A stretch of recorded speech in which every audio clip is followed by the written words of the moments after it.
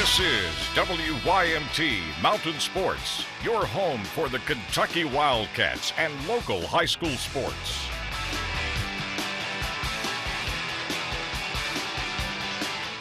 Kentucky offensive coordinator Gran is said to have a perfectionist mindset. He does not like getting in third and short situations, for instance, and every ball thrown by this guy, Drew Barker, can be better, according to the QB1. Overall, Gran likes what he sees in Barker. Even with a ways to go in fall camp, the improvements are drastic.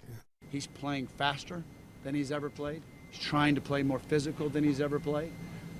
And you know, you get banged up out there and you got to fight through it. So, you know, he's got to get through the whole camp. That's what I'm looking for.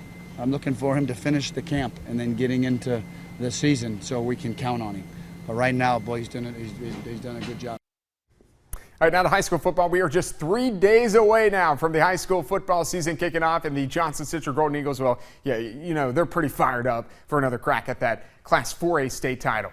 Last season was the first time JC made it all the way to the state championship game. Head coach Jim Matney, you know, he's all about school pride. He's all about repping the mountains. He said last year's experience in Bowling Green made the whole program grow.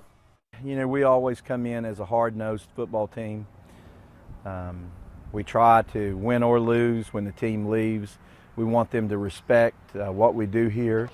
We want them to respect what we stand for here. And, you know, we just try to give it our all. I feel like as coaches we learned a little something. I think as players we learned a little something.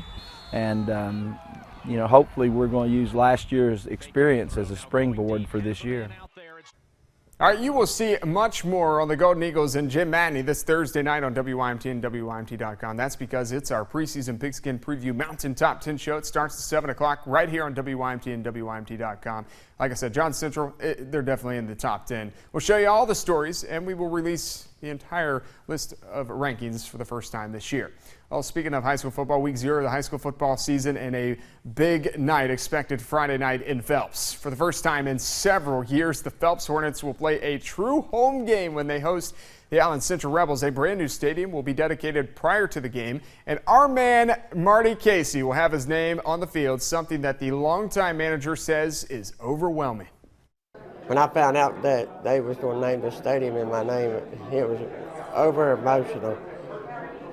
That, you know, the board and CB Belter would give me the opportunity, and our school to give me the opportunity to be named the stadium in my name, and I guess that's why it's going to be a really special day in Phelps.